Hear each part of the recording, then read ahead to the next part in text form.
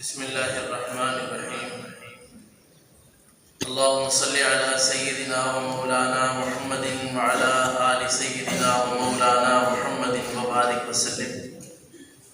آپ تمام حضرات بھی بہت محبت، ادب اور شوق کے ساتھ بآواز بلند درود شریف پڑھ لیں۔ اللہم صلی علی سیدنا و مولانا محمد وعلی آل سیدنا و مولانا محمد وبارک وسلم۔ اللہم صلی وسلم وبارک علی سیدنا و مولانا و حبیبنا و شفیعنا محمد و آلہ و اصحابہ کما تحب و ترضى عدد ما تحب و ترضى۔ نحمده و نصلی علی رسولہ الکریم، اما بعد، اعوذ باللہ من الشیطان الرجیم، بسم اللہ الرحمن الرحیم۔ ثم أورثنا الكتاب الذين اصطفينا من عبادنا، صدق الله مولانا العظيم، وبلغنا رسوله النبي الأمي الكريم، ونحن على ذلك لمن الشاهدين والشاكرين والآمنين، والحمد لله رب العالمين۔ سبحانك لا علم لنا إلا ما علمتنا، سبحانك لا علم لنا إلا ما علمتنا، إنك أنت العليم الحكيم۔ استغفر الله ربي من كل ذنب وأتوب إليه، استغفر الله ربي من كل ذنب وأتوب إليه، استغفر الله ربي من كل ذنب وأتوب إليه۔ واجب الاحترام علماء کرام، مشائخ اعظام اور سیالکوٹ کی تاریخی اور عظیم دینی درسگاہ دارالعلوم شہابیہ میں موجود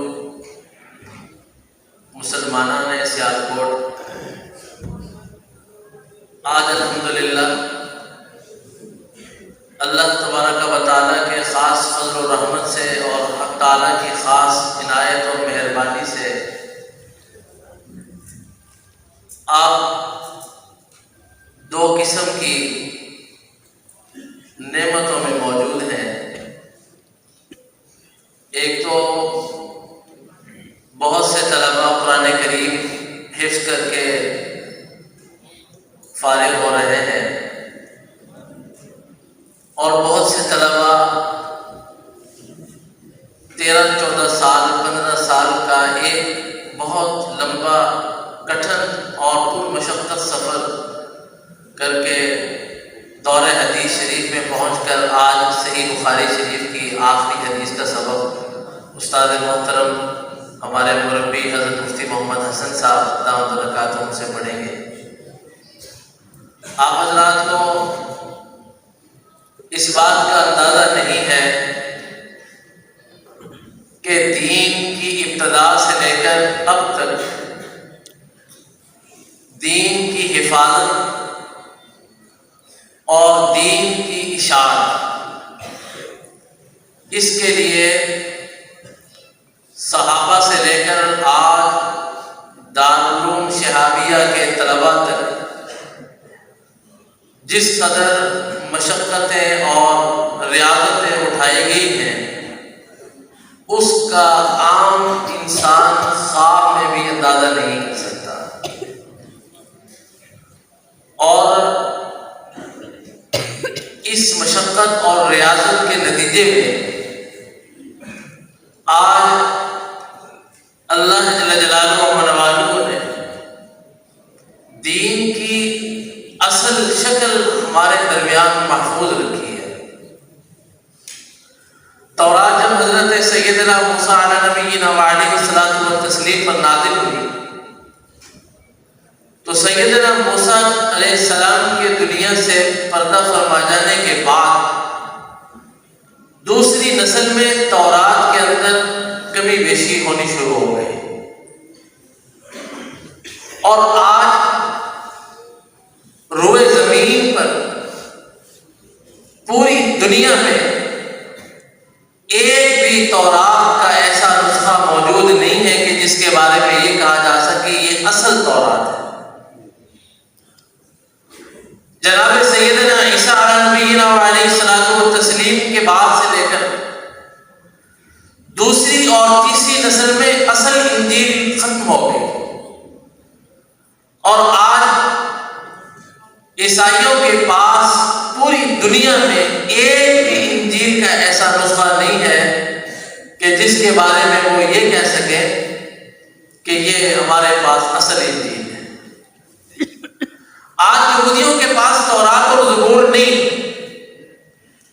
آج عیسائیوں کے پاس انجیل نہیں، لیکن آج 1400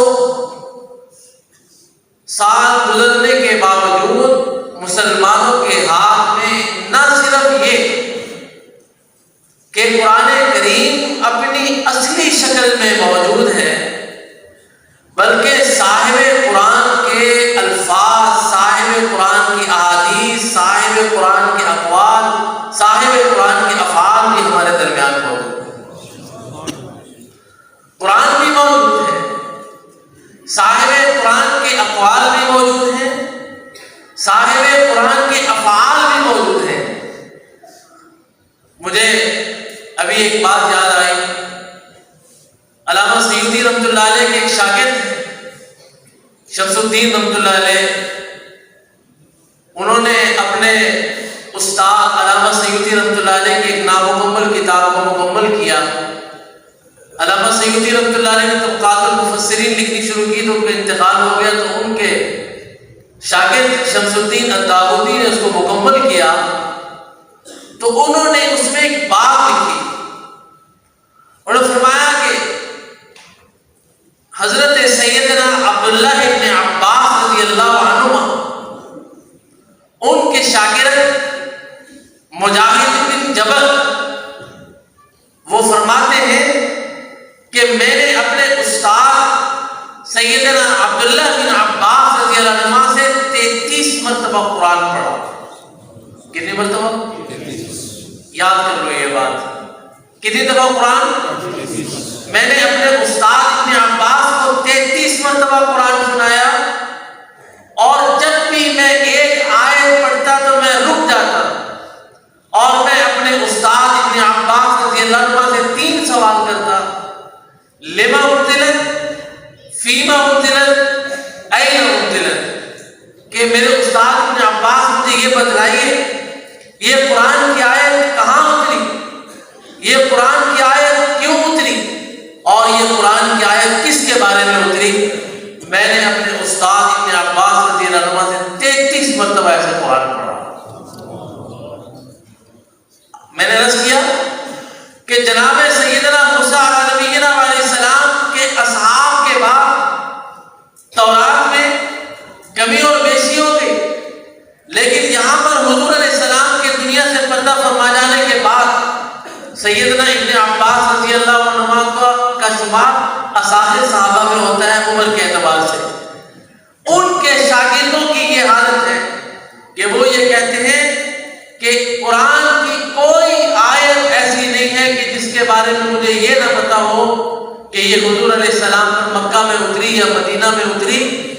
حضور علیہ السلام پر یہ آیت آپ کے گھر میں اتری یا مسجد نبوی میں اتری، آپ کے اوپر یہ آیت بدر میں نازل ہوئی یا احد میں نازل ہوئی، خندق میں نازل ہوئی یا تبوک میں نازل ہوئی، ہر ایک آیت کے بارے میں مجاہد بن جبر کہتے ہیں کہ میں نے اپنے استاد ابن عباس رضی اللہ عنہ سے تعلیم حاصل کی۔ تو اس طرح انہوں نے اپنی زندگی کو وقف کیا قرآن کریم کی تفسیر حاصل کرنے کے لیے۔ ابن عباس رضی اللہ عنہ وہ خود فرماتے ہیں کہ میں نے حضور نبی کریم صلی اللہ علیہ وآلہ وسلم کے بعد حضور علیہ السلام کے کبار صحابہ کرام سے قرآن کریم کا علم حاصل کیا، اس طور پر کہ میں شدید ترین گرمی میں مجھے جس آیت کے بارے میں علم ہوتا کہ فلاں صحابی کے پاس اس کا علم ہے تو میں اس کے گھر کے دروازے پر چلا جاتا۔ گرمی کے اندر ریت چل رہی ہوتی، ریت میرے ناک میں داخل ہو جاتی، ریت میرے منہ میں داخل ہو جاتی، اور میں اپنی آنکھوں کو بند کر لیتا کہ کہیں ریت میری آنکھ میں نہ گھس جائے۔ تو وہ صحابی نکلتے نماز کے لیے تو تو پھر میں ان سے پوچھتا کہ مجھے بتاؤ کہ یہ قرآن کی آیت کہاں اتری، آپ کو اس کے بارے میں کیا معلومات ہے، آپ کے پاس اس قرآن کی آیت کا علم حضور علیہ السلام سے کیسے پہنچا، مجھے اس آیت کے احکام بتلائیں۔ تو وہ یہ بھی بتلاتے اور ساتھ میں کہتے، اے حضور کے چچا کے بیٹے، تم نے دروازہ کیوں نہیں بجا دیا، ہم نکل کر تمہاری اس حاجت کو پورا کر دیتے، تمہارے علم کی پیاس کو بجھا دیتے۔ لیکن ابن عباس فرماتے ہیں کہ میں ان سے کہتا کہ میں علم کی توہین نہیں کرنا چاہتا تھا، میں علم کے لیے مشقت اٹھاتا اور علم کے لیے ریاضت اٹھاتا تاکہ میں اپنے شاگردوں کو یہ بتلاتا کہ علم یہ آسانی کے ساتھ حاصل نہیں ہو۔ اور آج آپ دیکھیں، آج کے دور میں دیکھیں کہ جو طلبہ مدارس میں پڑھ رہے ہیں، جو طلبہ مدارس میں پڑھ رہے ہیں اور جو اساتذہ مدارس میں پڑھا رہے ہیں، یہ دونوں ہی قربانیاں دے رہے ہیں۔ اور یہ قربانیوں کا دراصل تسلسل ہے حضرات صحابہ کا۔ میں نے عرض کیا کہ ابن عباس رضی اللہ عنہ نے یہ قربانی دی اور یہ مفسر ہیں، ان کو رئیس المفسرین کہا جاتا ہے۔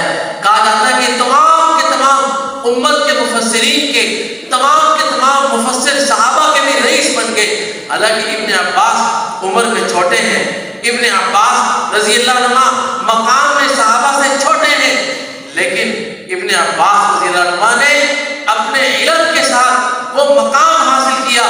صحیح بخاری شریف کی روایت میں ہے کہ حضرت ابن عباس رضی اللہ عنہ کو سیدنا عمر فاروق رضی اللہ تعالیٰ عنہ اکابر صحابہ کرام کے ساتھ جو علم کے اعتبار سے، جو عمر کے اعتبار سے اونچے درجے پر فائز تھے، حضرت عمر ان کے برابر میں بٹھاتے۔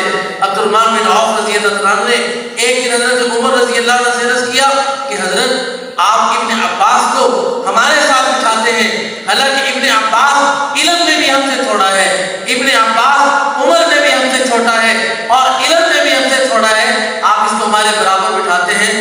تو حضرت عمر نے اس کا جواب نہیں دیا۔ اگلی وقت میں مجلس منعقد ہوئی تو ابن عباس رضی اللہ عنہ کو حضرت عمر رضی اللہ عنہ نے بلایا اور بلا کے فرمایا، سارے صحابہ سے پوچھا، مجھے یہ بتاؤ، اذا جاء نصر اللہ والفتح ورأيت الناس يدخلون في دين الله افواجا فسبح بحمد ربك واستغفره انه كان توابا۔ اس آیت میں حضور کے لیے کیا پیغام ہے؟ اس آیت میں حضور کے لیے علماء میرے دائیں بائیں بیٹھے ہیں، اسٹیج پر بیٹھے ہیں، جب کوئی غلط بات ہوگی تو میری اصلاح کر دیں گے، یہ میرے بڑے ہیں۔ اور ابن عباس رضی اللہ عنہ بھی اس مجلس میں تشریف فرما ہے۔ صحابہ کرام خاموش ہوئے تو اخیر میں حضرت عمر نے رضی اللہ عنہ نے، دیکھو جب صحابی کا نام آیا تو کہا کرو رضی اللہ عنہ، رضی اللہ عنہ نے ابن عباس رضی اللہ عنہ سے پوچھا کہ یہ آیت میں حضور کے لیے کیا پیغام ہے؟ تو ابن عباس رضی اللہ عنہ نے کہا کہ حضرت اس صورت میں حضور علیہ السلام کے لیے دنیا سے جانے کا پیغام ہے۔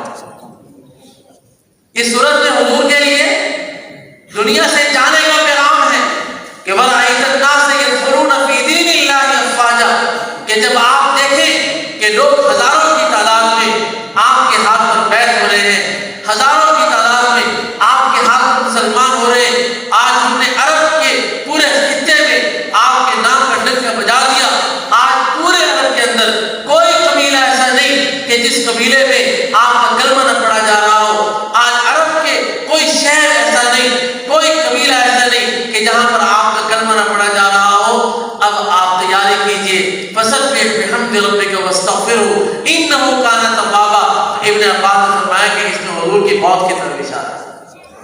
تو حضرت عمر نے فرمایا، یا معاشر اصحاب رسول اللہ صلی اللہ علیہ وسلم، اے اصحاب رسول کی جماعت، میں اس لیے ابن عباس کو اپنے ساتھ بٹھایا کرتا کہ ابن عباس کے پاس قرآن کا علم، تو ابن عباس نے قرآن کا علم اس طور پر حاصل کیا کہ چل رہے ہیں، ریت میں چل رہے ہیں، گرمی برداشت کر رہے ہیں، گرمی میں بیٹھے ہوئے ہیں، اور دوسری طرف چلتے ہیں، صحابہ بھی چلتے ہیں، رئیس المحدثین، ایک رئیس المفسرین، ایک رئیس المحدثین، اور رئیس المحدثین کون ہیں؟ حضرت ابو ہریرہ رضی اللہ عنہ۔ یہ بات یاد کرو، صحابہ میں رئیس المفسرین کون ہیں؟ حضرت ابن عباس، کہو زبان سے کیا؟ حضرت ابن عباس. اور صحابہ میں رئیس المحدثین کون ہے؟ حضرت ابو ہریرہ رضی اللہ عنہ. اب دیکھیے یہ جو میں روایت آپ کے سامنے پیش کرنے لگا ہوں، دنیا کی حدیث کی کوئی کتاب ایسی نہیں جس میں یہ حدیث موجود نہیں. اور امام بخاری رحمۃ اللہ علیہ نے صحیح بخاری میں اس حدیث کو 27 مرتبہ نقل کیا ہے، کسی جگہ پر اختصار کے ساتھ، کسی جگہ پر تفصیل کے ساتھ. ابو ہریرہ رضی اللہ عنہ، عجیب بات ہے کہ حضور اکرم صلی اللہ علیہ وسلم کی خدمت میں صرف 3 سال رہے. کتنے سال؟ بولو اونچی آواز سے بولو. 3 سال حضور کی خدمت میں رہے اور 5,500 سے زائد حضور صلی اللہ علیہ وسلم کی احادیث و سنت کے ثبوت. یہ جو روایت ہے صحیح بخاری کے اندر ہے. ابو ہریرہ رضی اللہ عنہ کے ایک شاگرد ہیں عبد الرحمن الاعرج، دورہ حدیث شریف کے اساتذہ و طلباء جانتے ہیں. عبد الرحمن بن ہرمز الاعرج یہ لنگڑے ہیں لیکن حضرت ابو ہریرہ کے خاص شاگرد ہیں. جب کہا جاتا ہے قال حدثنا الاعرج قال حدثنا ابو ہریرہ، تو اعرج سے مراد عبد الرحمن ہوتے ہیں. تو یہ عبد الرحمن ایک دن کہنے لگے اپنے استاد ابو ہریرہ رضی اللہ عنہ سے، ابو ہریرہ میرے استاد جی میں آج ایک مجلس میں بیٹھا تھا، لوگ کہتے تھے کہ جب بھی کوئی بات ہوتی ہے تو ابو ہریرہ کہتا ہے سمعت رسول اللہ صلی اللہ علیہ وسلم قال رسول اللہ صلی اللہ علیہ وسلم رأیت رسول اللہ صلی اللہ علیہ وسلم، کہ حضور نے ایسے فرمایا، میں نے حضور کو سنا، حضور یوں فرما رہے تھے، میں نے حضور کو دیکھا، حضور یہ کر رہے تھے. کہا کہ اتنی روایتیں بیان کرتا ہے ابو ہریرہ؟ توجہ ہے آپ کی؟ سب کی توجہ ہے؟ اتنی روایتیں کیسے بیان کرتے ہیں؟ ابو ہریرہ رو پڑے. ابو ہریرہ رضی اللہ عنہ کی آنکھوں سے آنسو گرنے لگے اور کہنے لگے كنت ألزم رسول الله صلی اللہ علیہ وسلم بشمع بطنه، کہ میں حضور نبی کریم صلی اللہ علیہ وآلہ وسلم کی مصاحبت اختیار کرتا تھا.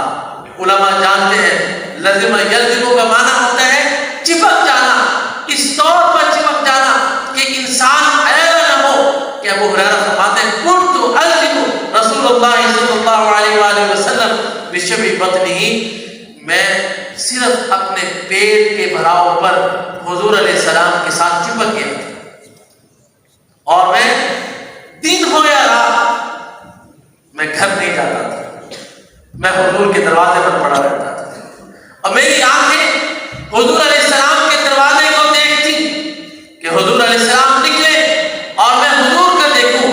میں حضور علیہ السلام کے ہونٹوں کو دیکھتا کہ سرکار کیا فرمائیں گے اور میں اس کو پھر یاد کرتا. حضور علیہ السلام ایک دن رات کو باہر نکلے، عشاء کے بعد دیر ہو گئی، دیکھا ایک آدمی مسجد کے اندر بیٹھا ہے.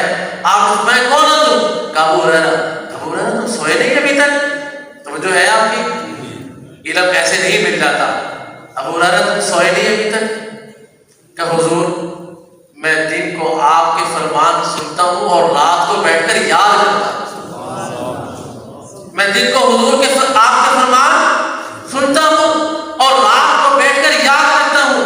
میں اپنے طلباء سے کہا کرتا ہوں کہ طلباء تم عشاء کے بعد تکرار سے گھبرایا نہ کرو، تمہارا عشاء کے بعد تکرار کرنا سنت ابو ہریرہ ہے.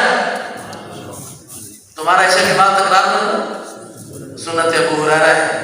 ابو ہریرہ سارا دن سنتے اور رات کو بھی اس کو یاد کرتے. ایک مسئلہ ابو ہریرہ کو اور پیش آ گیا، یہ ابو ہریرہ جواب دے 2 جواب دیے ابو ہریرہ رضی اللہ عنہ نے. سنیے گا. پہلی بات یہ کہ میں حضور کے دروازے پر پڑا رہتا، بھوکا رہتا، پیاسا رہتا، اور اس بھوک اور پیاس کی وجہ سے میں کبھی بے ہوش ہو کر گر جاتا اور لوگ میری گردن پر پاؤں رکھتے اور کہتے کہ ابو ہریرہ کو جنون ہو گیا ہے. ابو ہریرہ کہتے مامی جنون، کہ مجھے جنون نہیں تھا، میں مجنون نہیں تھا. اس زمانے میں جنون کا علاج یہ گردن پر پاؤں رکھ کر کیا جاتا تھا، ہلکا ہلکا پاؤں سے دباتے تھے اس کو ہوش آ جائے. لوگوں میں جنون کی وجہ سے بے ہوش نہیں ہوا تھا، ابو ہریرہ بھوک اور پیاس کی وجہ سے بے ہوش ہوا تھا کہ میرے پاس کچھ کھانے کے لیے نہیں تھا، میرے پاس کچھ پینے کے لیے نہیں تھا. فرمایا کہ میں چل رہا تھا میں مسجد نبوی کے دروازے پر کھڑا تھا. ابو ہریرہ فرماتے ہیں کہ ابو بکر باہر نکلے. میں نے ان سے کہا کہ ابو بکر قرآن کی ایک آیت ہی مجھے سکھا دو. اس زمانے میں یہ دستور تھا کہ جب کسی سے قرآن کی آیت سیکھنے کے لیے جاتے ہیں تو وہ قرآن کی آیت بھی سکھاتے اور ساتھ میں گھر لے جا کر کھانا بھی کھلاتے. یہ دستور تھا. یہ جو میں عرض کر رہا ہوں یہ صحیح بخاری سے عرض کر رہا ہوں. صحیح بخاری کے اندر موجود، ترمذی میں بھی موجود ہے، مسلم میں بھی موجود ہے، مشکات میں بھی موجود ہے یہ روایت. میں کھڑا ہوں، ابو بکر باہر نکلے. میں نے کہا ابو بکر یہ ذرا آیت سکھاؤ. حضرت ابو بکر نے مجھے وہ آیت سکھا دی. ابو ہریرہ کہتے ہیں کہ حالانکہ میں اس آیت کو جانتا تھا کہ اس آیت کے اندر کیا ہے، مجھے بھوک لگی ہوئی تھی، میں چاہتا تھا کہ ابو بکر مجھے آیت سکھا کے گھر لے جائے اور کھانا کھلا کے لے جائے. لیکن ابو بکر نے آیت سنی. ابو بکر کے اپنے گھر میں کھانے کے لیے نہیں تھا تو وہ مجھے ایسے چھوڑ کر چلے گئے. میں پھر کھڑا رہا. حضرت عمر نکلے. حضرت عمر جب آئے میں نے کہا عمر رکو، مجھے قرآن کی آیت سکھا دو. حضرت عمر نے قرآن کی آیت سکھائی. کہتے کہ میں نے سوچا ابھی عمر ہاتھ پکڑیں گے، گھر لے جائیں گے، کھانا کھلائیں گے، ابو ہریرہ کی بھوک مٹ جائے گی. لیکن ایسا نہیں ہوا. اب عمر بھی چلے گئے. میں چلنے لگا یہاں تک کہ منہ کے بل گر گیا اور میں اسی حالت میں تھا. فَإِذَا إِنسَانٌ، اچانک ایک آدمی آیا. اس نے میرا بازو پکڑا اور کہا کہ مَا شَأْنُكَ يَا أَبَا هُرَيْرَةَ، ابو ہریرہ تجھے کیا ہو گیا؟ فَإِذَا هُوَ رَسُولُ اللَّهِ صلی اللہ علیہ وسلم، وہ حضور کی ذات تھی. مجھے پکڑ کر کھڑا کیا. ابو ہریرہ کیا ہو گیا؟ ابو ہریرہ کہتے کہ میں نے عرض کیا الجوع یا رسول اللہ، اللہ کے رسول مجھے بھوک لگی ہے، میں بھوک کی وجہ سے بے ہوش ہو گیا. حضور علیہ السلام اپنے ساتھ لے گئے. آپ نے ابو ہریرہ کے لیے دودھ کا پیالہ پکوایا. ابو ہریرہ فرماتے ہیں کہ میں نے اس طور پر اپنے پیٹ کو خالی رکھ کر، اپنی خواہشات میں چھری چلا کر، اپنی آرزوؤں، تمناؤں اور امیدوں پر پاؤں رکھ کر حضور علیہ السلام کی احادیث کو اپنے سینے سے لگایا. ایسے نہیں ابو ہریرہ ہر بات میں کہتا کہ رأیت رسول اللہ صلی اللہ علیہ وسلم، سمعت رسول اللہ صلی اللہ علیہ وسلم، قال رسول اللہ صلی اللہ علیہ وسلم. اور عبد الرحمن ایک اور بات یاد ہے. ایک تو بات یہ ہے، دوسری بات سمجھو، میرا حافظہ کوئی اتنا اچھا نہیں تھا. میں آپ کو یہ بات کہہ رہا ہوں، اپنے آپ کو یہ بات کہہ رہا ہوں. یاد رکھو دین کی خدمت اللہ ہر کسی سے نہیں لیتا. دین کی خدمت اللہ ہر کسی سے نہیں لیتا. میں نے بھی بڑے بڑے لوگ دیکھے، آپ نے بھی دیکھے ہیں. عام طور پر بڑے بڑے ذہین لوگ فتنوں کے شکار ہو جاتے ہیں. بڑے بڑے ذہین لوگ فتنوں کا شکار ہو جاتے ہیں. مدارس کے بھی ذہین لوگ، کوئی بینکوں میں چلا گیا، کوئی کدھر چلا گیا. لیکن یہ غبی اور کمزور طلبا جنہوں نے مشقت سے وقت گزارا ہوتا ہے، یہی آگے چل کر امت کے امام اور رہنما بن جاتے ہیں. ابو ہریرہ رضی اللہ عنہ فرماتے ہیں کہ حضور علیہ السلام باہر نکلے رات. کہ ابو ہریرہ سوئے نہیں ابھی تک؟ کہ حضرت بات یہ ہے کہ میں، توجہ ہے آپ کی، سب کی توجہ ہے بھائی، اس لیے میں نے ادھر ادھر کی باتیں نہیں کرتا. کیونکہ بخاری کا درس ہونا تو میں بخاری سے آپ کو سنا رہا ہوں. فرمایا کہ میں نے غنیمت جانا، میں نے یہ موقع غنیمت جانا کہ آج محبوب اکیلے ہیں، شاگرد بھی اکیلا ہے، مانگ لو حضور سے. میں نے حضور کو روک لیا. میں نے کہا حضرت ایک بات کہ میں آپ کی روایتیں یاد کرتا ہوں لیکن بھول جاتا ہوں. آپ کی روایتیں یاد کرتا ہوں لیکن بھول جاتا ہوں. حضور علیہ السلام نے ایک روایت میں آتا ہے کہ ابو ہریرہ کے کندھے سے چادر اتاری، اور ایک روایت میں آتا ہے کہ اپنے کندھے سے چادر اتاری. اس چادر کو بچھایا. بھائی توجہ بھی تو رکھو پوری. اس چادر کو بچھایا اور بچھا کر آپ نے کچھ پڑھا اور 3 لمبے یوں کر کے اس کے اندر ڈالے. پھر کہا ابو ہریرہ اس چادر کو لپیٹو اور اپنے سینے کے ساتھ لگا دو۔ ابو ہریرہ فرماتے ہیں کہ میں نے رات کے اس پہر میں اس چادر کو لپیٹا اور اپنے سینے کے ساتھ لگایا، کہ اس کے بعد سے مجھے حضور کی کوئی حدیث نہیں بھولی، اس کے بعد سے مجھے کوئی حدیث نہیں بھولی۔ اور مجھے ایک ایک بات یاد ہے کہ حضور علیہ السلام نے جب یہ بات ارشاد فرمائی تھی، کہاں ارشاد فرمائی تھی؟ حضور بیٹھے ہوئے تھے یا حضور کھڑے تھے، حضور سواری پر تھے، حضور کس حالت میں تھے؟ مجھے پتا تھا کہ حضور صلی اللہ علیہ وسلم نے کس وقت میں کون سی بات ارشاد فرمائی۔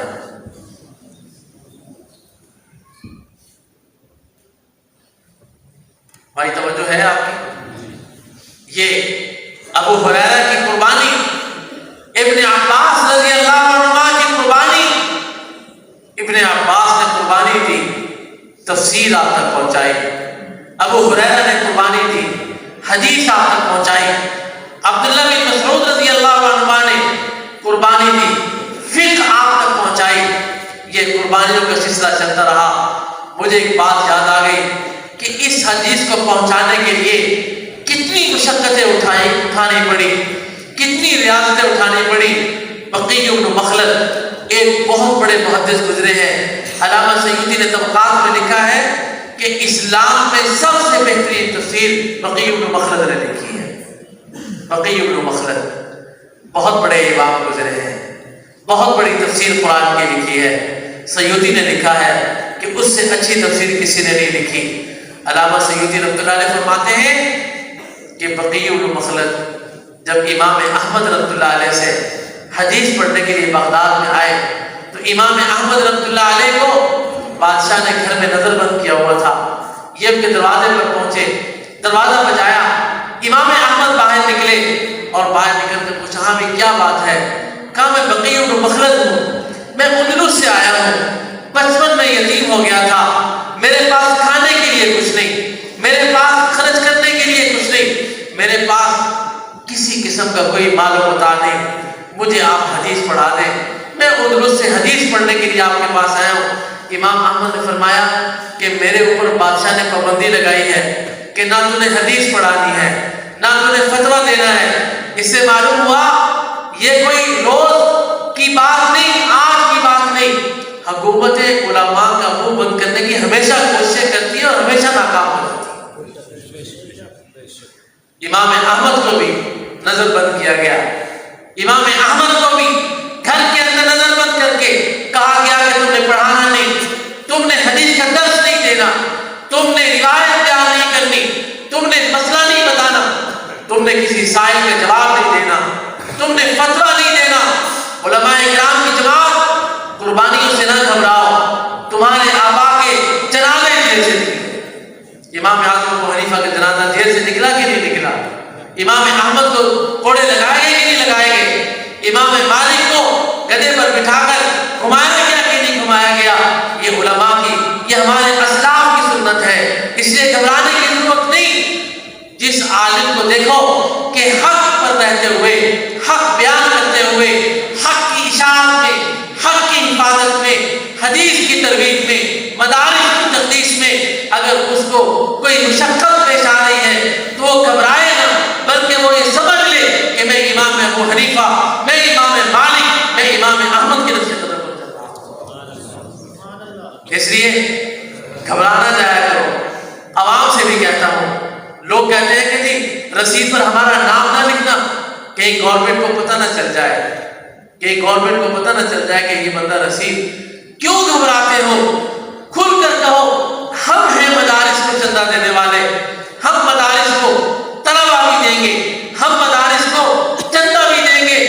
اگر تم روکتے ہو تو قرآن کہتا ہے وَلَقَدْ فَتَنَّا الَّذِينَ مِن قَبْلِهِمْ فَلَيَعْلَمَنَّ اللَّهُ الَّذِينَ صَدَقُوا وَلَيَعْلَمَنَّ الْكَاذِبِينَ۔ آزمائش سے اللہ بچا کے رکھے، لیکن اگر کبھی آ جائے تو بزدل نہ کرو گے۔ توجہ ہے میرے بھائی؟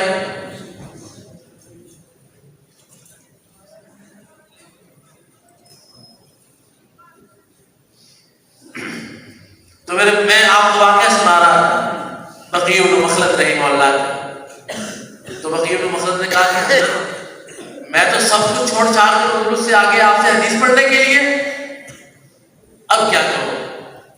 میں کہ حضرت میں اس طرح کرتا ہوں، میں ایک بھکاری کا روپ بنا لیتا ہوں۔ سن رہے ہیں؟ دل تھام کے سنو، اپنے اسلاف کو دیکھو کہ انہوں نے اس حدیث اور قرآن اور اس دین کو ہم تک پہنچانے کے لیے کتنی بڑی بڑی قربانیاں دی۔ بقی بن مخلد نے کہا کہ امام صاحب آپ نہ گھبرائیں، میں آپ کے لیے آزمائش کا سبب نہیں بننا چاہتا، میں بھکاری کا روپ بنا لوں گا، میں اپنے گلے میں ایک برتن ڈال لوں گا اور میں گلی گلی چکر لگاؤں گا، آپ کے گھر کا دروازہ بھی بجاؤں گا۔ بس آپ اس طرح کرنا کہ جب آپ گھر سے نکلے مجھے ایک حدیث سنا دیا کرنا، میں صبح شام گلی کا چکر لگاؤں گا، ایک حدیث سنا دینا، میں سن کر چلا جایا کروں گا۔ چنانچہ اسی طرح ہوا، بقی بن مخلد نکلتے، بھکاری کا روپ بناتے اور گلے کے اندر وہ برتن ڈالتے، گلی گلی دروازہ بجاتے، ندا دیتے، امام احمد کے دروازے پر بھی آتے، ندا دیتے، امام احمد نکلتے، ایک حدیث بیان کرتے، دروازہ بند کر لیتے۔ 3 سال تک بقی بن مخلد بھکاری بنے رہے، حدیث سنتے رہے۔ جب ان کے اوپر یہ آزمائش ختم ہوئی اور بادشاہ نے کہا کہ اب تم فتویٰ دے سکتے ہو، اب تم بیان کر سکتے ہو، تو امام احمد نکلے، بغداد کی مسجد میں آئے، ہزاروں کا مجمع ہو گیا کہ حضرت بیان کیجئے، حدیث بیان کیجئے، ہم سننے کے لیے بیدار ہیں، ہم علم کی پیاس سے سیراب ہونے کے لیے ہم تیار ہیں۔ امام احمد خاموش بیٹھے ہیں۔ بھائی کیوں خاموش ہے؟ امام صاحب سے پوچھا گیا، فرمایا کہ بغداد کے اس بھکاری کو لے کر آؤ جو حدیث سننے کے لیے 3 سال تک بھکاری بنا رہا۔ بقی بن مخلد کو بلایا گیا، کوئی امام صاحب تمہیں بلا رہے ہیں۔ امام احمد نے ان کو اپنے سامنے بٹھایا اور بٹھا کر فرمایا، بقی میں نے آج تک ایک مجلس میں 50 اور 100 سے زیادہ حدیثیں بیان نہیں کی، لیکن آج میں تیری برکت سے ایک مجلس میں 1000 حدیثیں بیان۔ یہ بقی بن مخلد، دین ہم تک ایسے پہنچا ہے۔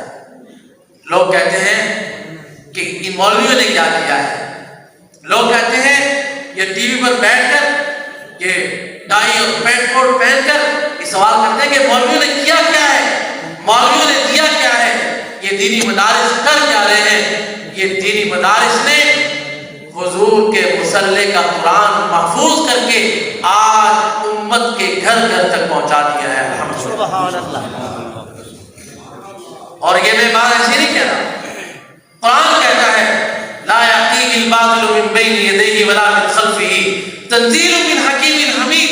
ہم نے قرآن کے چوکیدار بنا دیے ہیں، جو نہ قرآن پر آگے سے، نہ قرآن پر پیچھے سے، نہ قرآن پر دائیں سے، نہ قرآن پر بائیں سے، نہ قرآن پر اوپر سے، نہ قرآن پر نیچے سے حملہ آور نہیں ہو سکتے۔ ایک حرف بھی قرآن کے اندر کوئی داخل نہیں کر سکتا۔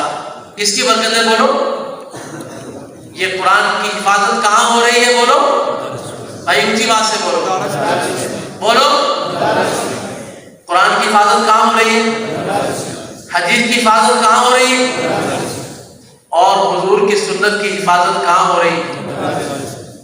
ہمارے ناظم اعلیٰ حضرت قاری محمد حنیف جلندری دامت برکاتہ حفظہ اللہ تعالیٰ ایک بات فرمایا کرتے ہیں، وہ فرماتے ہیں کہ میں چیلنج کرتا ہوں اس بات کا، 1947 سے لے کر آج تک پاکستان کا کوئی سکول ایسا ہے، پاکستان کا کوئی کالج ایسا ہے، پاکستان کی کوئی ایک یونیورسٹی ایسی ہو کہ تم یہ کہو کہ فلاں سکول نے اتنے حافظ تیار کیے، فلاں کالج نے اتنے حافظ تیار کیے، فلاں یونیورسٹی نے اتنے حافظ تیار کیے، فلاں یونیورسٹی نے اتنے علماء تیار کیے، نہیں۔ لیکن تم اگر دینی مدارس کے پاس آؤ گے تو ہم تمہیں 9 سال کا ایک اور چھوٹا سا بچہ جس کو اپنا نام لکھنا نہیں آتا، جس کو اپنی گلی کا، اپنے مکان کا نمبر یاد نہیں ہے، وہ تمہیں پورا کا پورا قرآن زبانی سنا دے۔ مجھے ابھی ایک بات یاد آ گئی، ہمارے پاکستان کے ایک اسکالر گزرے ہیں ڈاکٹر محمود احمد غازی صاحب، علماء نے ان کا نام سنا ہوا ہے. میں نے ان کی کتاب میں پڑھا، وہ فرما رہے تھے کہ سب سے پہلے پاکستان میں اسلامیات میں ڈاکٹریٹ وہ ہماری جماعت نہیں ہے. ہم 10 لوگ تھے. تو جب ہم نے اسلامیات میں ڈاکٹریٹ کیا، پی ایچ ڈی کیا، تو اس وقت کے صدر پاکستان نے ہمیں دنیا کے 11 ممالک میں وزٹ کے لیے بطور انعام کے بھیجا، اور ان میں آخری وزٹ ہمارا روم کا تھا. ہم وہاں بھی گئے. ہمیں بتایا گیا کہ ہمارا ڈنر ہے اس کے ساتھ جو دنیا کا سب سے بڑا عیسائیوں کا عالم ہے. عیسائیوں کے سب سے بڑے قوم کے ساتھ ہمارا ڈنر ہے. ہم اس کے بعد گئے، اس کو بتایا گیا کہ یہ پاکستان کے اسلامیات کے ڈاکٹریٹ کی جماعت ہے جنہوں نے پی ایچ ڈی کی ہے اسلامیات میں. تو کھانے کے دوران اس نے بہت سی باتیں کی. کہا کہ آپ لوگ بھی کوئی بات کرنا چاہیں تو آپ بات کریں. تو ہمارے ساتھی نے مختلف باتیں کی. جب میرا نمبر آیا تو میں نے اس پوپ سے کہا، میں نے کہا کہ میں آپ سے 2 باتیں پوچھنا چاہتا ہوں. پہلی بات یہ ہے کہ ہمیں یہ بتایا گیا ہے کہ آپ اس وقت عیسائیوں کے سب سے بڑے عالم ہیں. آپ اس وقت انجیل کے سب سے بڑے عالم ہیں. اس وقت سینیارٹی پر آپ کے برابر کا کوئی نہیں. کیا یہ درست ہے؟ اس نے کہا یہ بالکل درست ہے. کبھی میرا دوسرا سوال کہ میں آپ سے یہ سوال کرنا چاہتا ہوں، سیالکوٹ والوں، اس جواب اور اس سوال اور جواب کے بعد ان دینی مدارس کے محتمین اور مدرسین اور متعلمین کے ہاتھ ہوں کہ تمہیں یہ وہ چیز دے رہے ہیں کہ جو دنیا کے عیسائیوں کے سب سے بڑے عالم کے پاس نہیں ہے. ایک ہماری گلی کا بھی مدرسہ وہ دے رہا ہے. انہوں نے کہا پوپ صاحب میرا آپ سے سوال ہے کہ آپ انجیل کے سب سے بڑے عالم ہیں. پوری انجیل کے 2 چیپٹر کی میں بات نہیں کر رہا ہوں، میں 2 صفحوں کی بات نہیں کرتا، میں 2 سطروں کی بات نہیں کرتا. میں آپ سے صرف 2 لفظ کہتا ہوں، 2 لفظ. پوری انجیل میں 2 لفظ. مجھے وہ 2 لفظ آپ ایسے بتا دو جس پر آپ انجیل پر ہاتھ رکھ کر کہہ سکو کہ میں انجیل کی اور خدا کی قسم اٹھا کر کہتا ہوں، حضرت عیسیٰ کی قسم اٹھا کر کہتا ہوں کہ یہ دونوں وہی لفظ ہیں جو اللہ نے حضرت عیسیٰ پر اتارے. 2 لفظ بتا دو کہ جس کے بارے میں تم پوری سکاط، پوری امانت اور پوری دیانت کے ساتھ یہ بات کہہ سکو کہ یہ وہی 2 لفظ ہیں کہ جو اللہ نے حضرت عیسیٰ پر اتارے. توجہ ہے بھائی آپ کی؟ اور دوسری بات، ان 2 لفظوں کی مجھے سند دے دو. مجھے 2 لفظوں کی سند دے دو. ڈاکٹر صاحب فرماتے ہیں کہ جب میں نے یہ بات کی پوپ کا سر جھک گیا. اس نے کہا کہ سوری میرے پاس آپ کے سوال کا جواب نہیں. ڈاکٹر صاحب فرماتے ہیں کہ میں فرط محبت سے اٹھ کر کھڑا ہو گیا.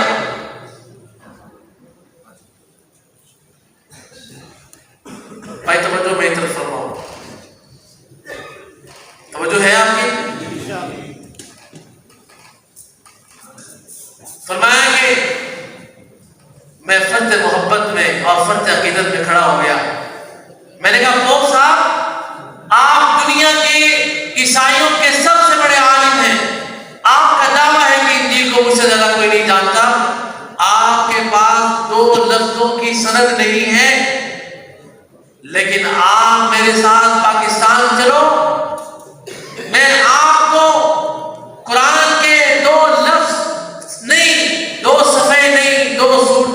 دو پارے نہیں، میں الحمد سے لے کر والناس تک قرآن کے ایک ایک لفظ کی سند آپ کو بتا سکتا ہوں۔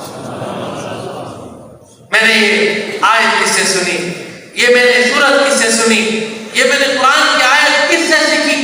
اور یاد رکھو، میں آپ کو یہ بھی بتا دینا چاہتا ہوں، ہمارے قرآن کی دو سندیں ہیں، ایک سند ہے قرآن کے لفظ کی اور ایک سند ہے قرآن کی تفسیر کی، کہ قرآن کا لفظ یہ تھا، یہ قرآن کا لفظ کس نے پڑھا۔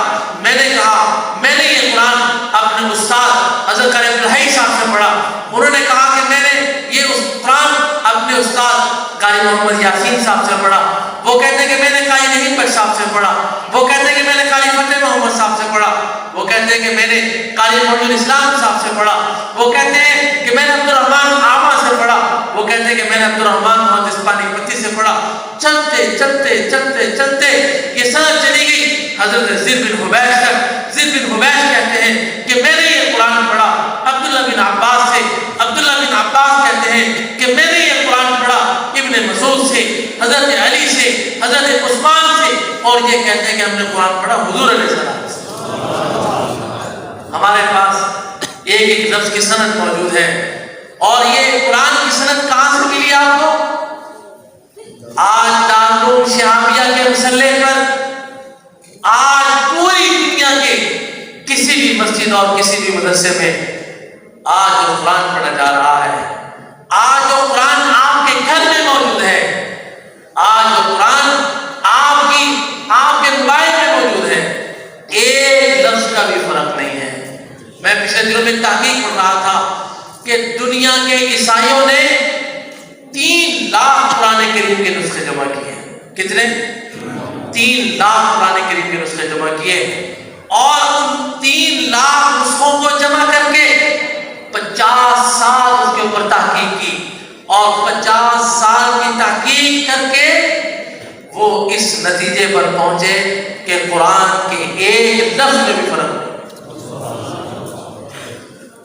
میں پچھلے دنوں میں ڈاکٹر حمید اللہ صاحب کی ایک کتاب پڑھ رہا تھا، اس کتاب میں انہوں نے بڑی عجیب بات لکھی۔ قرآن تو قرآن ہے، اب تو صحیح بخاری کے اندر بدء الوحی کے باب میں حضرت سیدنا ابو سفیان رضی اللہ عنہ کی اس حدیث میں جو حضور علیہ السلام کا مکتوب گرامی منقول ہے، آج وہ مکتوب مل چکا ہے۔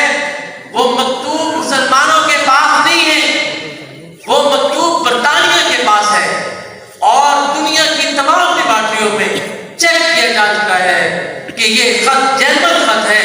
اس خط کو دیکھو، اس کے الفاظ کو دیکھو، اور صحیح بخاری کے الفاظ کو دیکھو، اللہ کی قسم ایک لفظ کا فرق نہیں ہے۔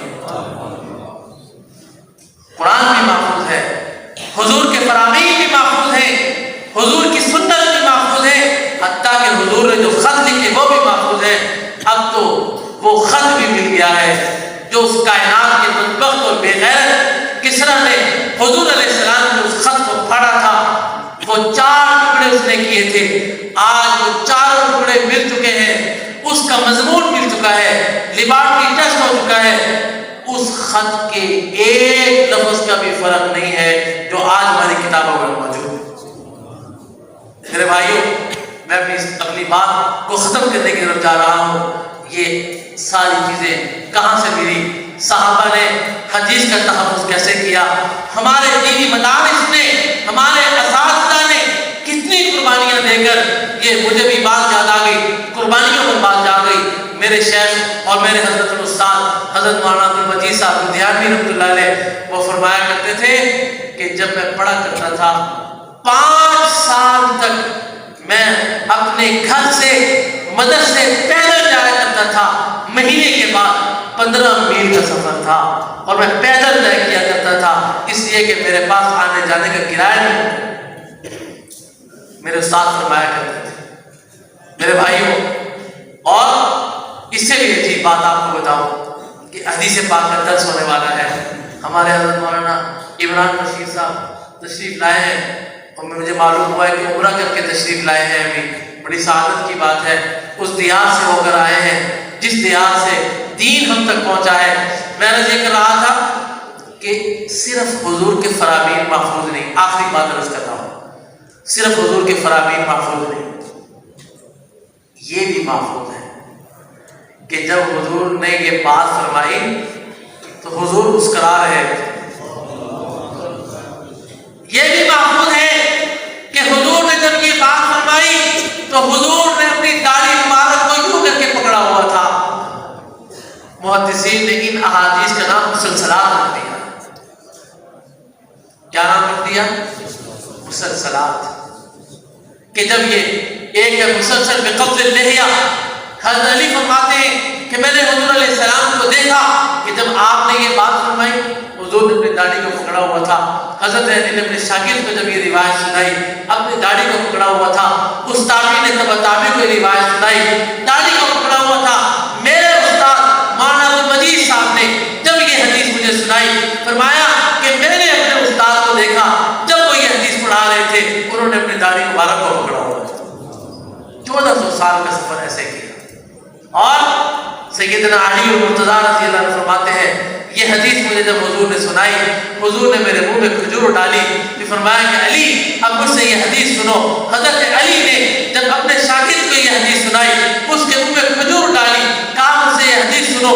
اس تابعی نے تبع تابعی کو حدیث سنائی، کہا کہ یہ مجھ سے حدیث سنو، منہ میں کھجور ڈالی۔ چلتے رہے۔ میرے استاد مولانا عبدالمجید صاحب نے جب یہ مجھے حدیث سنائی میرے منہ میں کھجور ڈالی، کہا کہ حضور سے یہ روایت چلی، آج تمہارے منہ میں کھجور ڈالتا ہوں یہ روایت سے۔ یہ ہے، اس کو کہا مسلسل کی ضیافہ، مسلسل کی اسودین، کہ حضور نے جب یہ حدیث سنائی تھی تو کھجور کھلائی تھی۔ حضور ایک مسلسل ہے، مسلسل کی ذہن کے صحابی کہتے ہیں کہ جب میں نے حضور سے یہ حدیث سنی حضور مسکرا رہے تھے، حضور کے سامنے والے دام نظر آ رہے تھے۔ جب اس صحابی نے یہ حدیث تابعی کو سنائی تو اس کو کہا کہ میں نے اپنے محبوب حضور کو جب یہ سنتے ہوئے دیکھا تھا حضور مسکرا رہے تھے۔ اس تابعی نے جب اپنے تبع تابعی کو سنائی تو وہ مسکرا رہے تھے، سامنے کے دام نظر آ رہے تھے۔ تبع تابعی نے جب آگے یہ حدیث سنائی وہ مسکرا رہے تھے۔ میرے استاد مولانا عبدالمجید صاحب نے جب یہ مجھے روایت سنائی تو مسکرائے، فرمایا کہ یہ حضور کی سنت ہے، جب آپ نے یہ روایت سنائی تو آپ مسکرا رہے ہیں۔ میرے بھائیو یہ بڑا لمبا موضوع ہے اور آپ کی برکت ہے کہ اتنی بات اللہ نے کرا دی۔ تو یہ سب کچھ تمہیں کہاں سے ملا بولو؟ کانپوچی بات سے، کہاں سے؟ کسی سکول سے ملا ہے؟ کسی یونیورسٹی سے ملا ہے؟ کہاں سے ملا؟ یاد رکھنا ہمارا دین 4 چیزیں ہیں۔ بولو کتنی چیزیں؟ 4 چیزیں۔ قرآن، صاحب قرآن، اور اقوال صاحب قرآن، افعال صاحب قرآن۔ 4 چیزیں۔ ہمارا دین کتنی چیزیں ہیں؟ 4 چیزیں۔ کیا؟ بولو، یاد کر لو۔ قرآن، قرآن تمہیں کہاں سے ملا؟ مدارس سے ملا، مولوی سے ملا، ملا سے ملا۔ صاحب قرآن کا تعارف تمہیں کہاں سے ملا؟ مولوی سے ملا، مدرسے سے ملا۔ تمہیں صاحب قرآن کے افعال کہاں سے ملے؟ مولوی سے ملے، ملا سے ملے۔ تمہیں یہ اقوال رسول کہاں سے ملے؟ مدارس سے ملے، مولوی سے ملے۔ اسے یاد رکھنا، مولوی کی قدر کرنا۔ ہمیں اپنی قدر کروانے کا شوق نہیں ہے، یاد رکھو۔ میں آخر میں ایک بات عرض کرتا ہوں۔ ہمارے استاد حضرت مولانا عبدالمجید صاحب رحمۃ اللہ علیہ فرمایا کرتے تھے زیادہ پریشان نہ ہوا کرو کہ مدارس پر یہ پابندی لگ گئی، مدارس پر یہ پابندی لگ گئی، کا گھبرایا نہ کرو۔ اگر اللہ کو منظور ہے پاکستان میں علم دین کو رکھنا تو پاکستان کے دینی مدارس کا کوئی بال بھی نگاہ نہیں کر سکتا۔ اور اگر کوئی اللہ کو منظور یہ نہیں ہے کہ یہاں علم باقی نہیں رہے گا تو پھر دیکھ لو کہ علم نے سفر کیا ہے، مدینہ اور مکہ سے نکلا، کوفہ اور بصرہ عراق میں گیا، وہاں سے سفر کیا، شام گیا، وہاں سے نکلا، مصر گیا، وہاں سے نکلا، اندلس گیا، وہاں سے نکلا، ماوراء النہر، بخارا، تاشقند، سمرقند میں گیا اور وہاں سے نکلا تو تمہارے بر صغیر میں آ گیا، اس لیے بر صغیر والوں ان دینی مدارس کی قدر کر لو۔ اللہ جل جلالہ مجھے اور آپ کو ان مدارس کی، ان علماء کی، ان طلباء کی، میرے والد محترم اسوۃ الصالحین حضرت قاری محمد یاسین صاحب دامت برکاتہم العالیہ فرماتے ہیں، میرے والد صاحب فرماتے ہیں کہ یہ جو مدرسے کا چھوٹا بچہ ہے، ننھا بچہ جس کا ناک بہ رہا ہے، جس کو اپنا جوتا پکڑنا نہیں آتا، جس کو اپنا جوتا پہننا نہیں آتا، جس کو اپنا بستر کھولنا نہیں آتا، جس کو اپنا بستر بند کرنا نہیں آتا، جس کو بیٹھنا نہیں آتا، فرمایا کہ کائنات کے تمام وزراء، کائنات کے تمام صدور، کائنات کے تمام امیر، اس کی جوتی ان کے مال اور ان کے عہدوں سے بہتر ہے،